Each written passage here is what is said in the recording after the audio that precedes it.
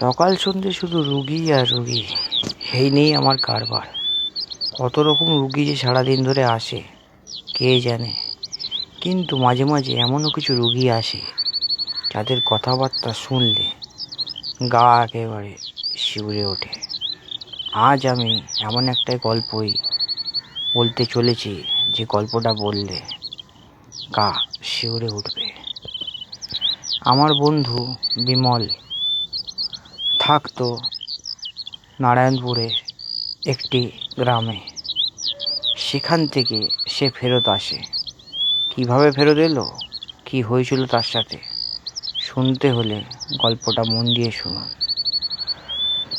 সকালবেলা হঠাৎ বিমল এসে হাজির আমার ডিসপেন্সারিতে। বিমলকে দেখে বড় অদ্ভুত লাগছে, অদ্ভুত ওর বিহেভিয়ার, এরকম তোকে কোনোদিন দেখিনি। বিমল পেশায় একজন ফটোগ্রাফার, ছবি তোলাই ওর কাজ, কিন্তু ওকে এরম লাগছে কেন, কি হয়েছে ওর সাথে? বিমলকে বললাম, বিমল কি হয়েছে? ভাই আমি না কি হয়েছে বল? হইছ ও ও বেঁচে আছে, ও বেঁচে আছে। কে বেঁচে আছে? কি হয়েছে বল, আমায় খুলে বল। বস বস বস বলে বিমলকে বসালাম। বিমল বলল, ওইটা ওই গাছটা, হ্যাঁ 3 জনকে খেয়েছে, আমাকেও খাবে ও। তবু খিদে মিটছে না, অনেককে খেয়েছে, আমার 3 বন্ধুকে খেয়ে নিয়েছে। আমি বললাম, কি খেয়েছে? গাছ, চাঁদা গাছ নয়, রাক্ষসে গাছ, মানুষ খায়। রাক্ষসে গাছ মানুষ খায়? কি যাতা বলছিস তুই? জানি তুই বিশ্বাস করবি না, তুই নিজের চোখে দেখলে তবে বিশ্বাস করবি। কি যে যাতা বলছিস, আমার মাথায় কিছুই ঢুকছে না। তুই এতদিন ছিলি কোথায়? দাঁড়া, তোকে ভালো করে চেক আপ করি বলে আমি বিমলকে চেক আপ করলাম। বিমলের হার্টবিটটা দেখলাম, না অনেকটা লো আছে প্রেশারটা মাপার পর বুঝলাম অনেকদিন মনে হয় কিছু খাইনি ভালো মতো, ঘুমও হয়নি, শরীরে রক্তও কমে গেছে। বিমলকে বললাম, বিমল তোর একটু বিশ্রামের প্রয়োজন, তুই দাঁড়া, তুই কিছু খা, তারপর আমি তোকে ওষুধ দিচ্ছি। না না না, আমি কিছু খাবো না, আমার খিদে নেই, কিন্তু ওর অনেক খিদে, খুব খিদে, খেয়ে যাচ্ছে, কিন্তু তবু ওর খিদে মিটছে না। আমি বুঝতে পারলাম বিমলের পাগলামো শুরু হয়ে গেছে। আসলে সারাদিন ধরে বিমলের মতো যে কত রকম মেন্টাল পেশেন্টের সঙ্গে আমার কথাবার্তা করতে হয় তার ঠিক নেই। মাঝে মাঝেই কোনো মেন্টাল পেশেন্ট এসে মানসিকভাবে বিকারগ্রস্ত হয়ে আমার উপর ঝাঁপিয়ে পড়ে, তখন তাকে শান্ত করার জন্য আমাকে বিভিন্ন রকম উপায় অবলম্বন করতে হবে। বিমলের ক্ষেত্রেও মনে হয় আমাকে সেই অবলম্বনই করতে হবে। যাই হোক, আমি বললাম তুই কিছু খেয়ে নে, তারপর আমি তোকে ওষুধ দিচ্ছি। অনেক বোঝানোর পর বিমল একটু খাবার খেলো, তারপর আমি ওকে ওষুধ দিলাম। ওষুধ দেওয়ার বিমল ঘুমিয়ে পড়ার পর দেখলাম বিমলের ব্যাগে একটা ডায়েরি। ব্যাগ থেকে ডায়েরিটা বের করে পড়তে লাগলাম। বিমল গেছিল গোর্খাল্যান্ড, হ্যাঁ গোর্খাল্যান্ড, অর্থাৎ চীনের বর্ডার পেরিয়ে একটা জায়গায়, সেখানে গোর্খাদের বাস। গোর্খারা হচ্ছে একরকম আদিবাসী যারা পাহাড়ে চড়তে খুব পটু। সেখান থেকে একটু দূরে গিয়ে একটা গাছ সে দেখতে পায়। গাছটা ছিল ভারী অদ্ভুত, তার ডালপালা শাখা পোশাখা।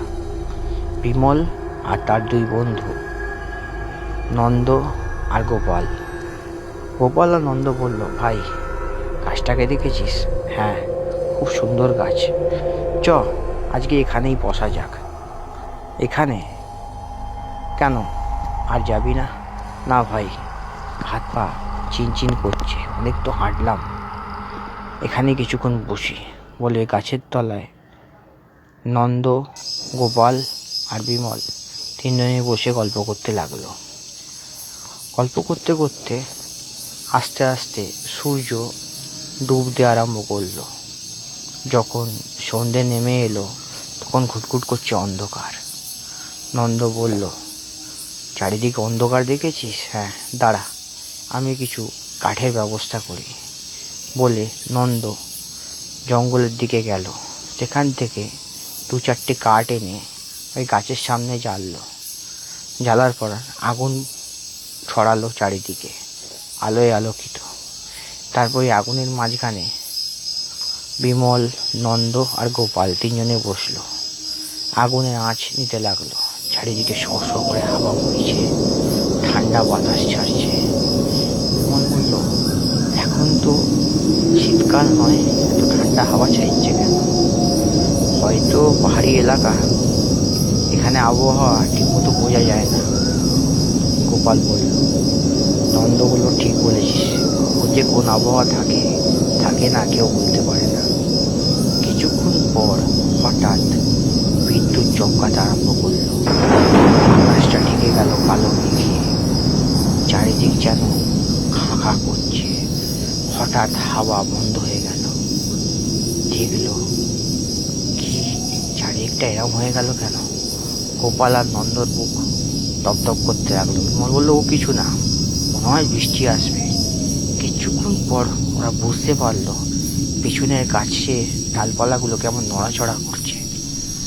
বিমল হঠাৎ করে দেখলো, হ্যাঁ তাই তো, ঘুরে দেখলো পিছনের যে গাছটা ছিল সে গাছটা এখন আর গাছ নয়। দেখলো একটা রাক্ষস। সঙ্গে সঙ্গে ডালপালার একটা ডাল দিয়ে নন্দকে জড়িয়ে ধরলো। নন্দ তাকে প্রাণপণ ছাড়ানোর চেষ্টা করলো। নন্দ বলল, বাঁচাও বাঁচাও, আমাকে বাঁচাও বাঁচাও, কিন্তু কোনো রক্ষা হলো না।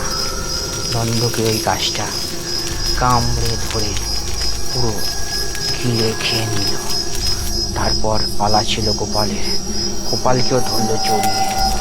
যখন বিমল বুঝতে না পেরে, বিমলের কাঁধে ছিল একটা রাইফেল দিয়ে গুলি করলো, কিন্তু তবুও গাছটা ওকে ছাড়ল না। সঙ্গে সঙ্গে কিছু বুঝতে না পেরে একটা আগুন কাঠ এনে সঙ্গে সঙ্গে এগিয়ে গেল গাছের দিকে। তখন গাছটা আস্তে আস্তে ছেড়ে দিল ওকে, কিন্তু শেষ রক্ষা হলো না, ওর বন্ধুটাও মারা গেল। বিমল বুঝতে পারলো এই গাছ যে সে গাছ নয়, একটা রাক্ষসের গাছ। এই গাছকে এক্ষুনি পুড়িয়ে ফেলতে হবে বলে আগুন নিয়ে এই গাছের চারিদিকে ছড়িয়ে দিল সে। কিছুক্ষণ বাদে দেখলো গাছটা ধাউ ধাউ করে চলতে লাগলো, আর ঠিক মানুষ যেভাবে চিৎকার করে চিৎকার করতে লাগলো। তারপর বিমল আস্তে আস্তে ওই দৃশ্য দেখার পর জ্ঞান শূন্য হয়ে মাটিতে পড়ে গেল। পরের দিন বিমলের জ্ঞান ফিরল, কিন্তু ফিরলে কি হবে, বিমল কেমন যেন পাগল মতো হয়ে গেছে। কিছুই বলছে কি বলছে না কিছুই বুঝতে পারা যাচ্ছে না। আসলে বিমল তার স্মৃতিশক্তি, জ্ঞান সমস্ত হারিয়ে ফেলেছে, কিছুই মনে নেই তার। তাই সে মাটিতে পড়ে গেল। তারপর 2-4জন মানুষ ধরাধরি করে ওকে নিয়ে গেল মানসিক চিকিৎসালয়। সেখানে প্রায় 2-2.5 বছর ছিল। আস্তে আস্তে তার স্মৃতিশক্তি সবই ফিরে আসে। ফিরে আসার পর তার সমস্ত কাহিনী এই ডায়েরিতে সে লিখেছে। কিন্তু আজ বিমলের দুই বন্ধু নেই, গোপাল আর নন্দ দুজনেই মৃত, দুজনেই প্রাণ গেছে ওই রাক্ষসের গাছের হাতে। কিন্তু এই কথাটা আমার অনেককেই বলেছে, কিন্তু বিমলের কোনো কথাই কেউ বিশ্বাস করে না। আসলে এটা কি বিশ্বাসযোগ্য যে একটা গাছ মানুষকে মেরে ফেলতে পারে? তাই আজও বিমল চুপ করেই থাকে।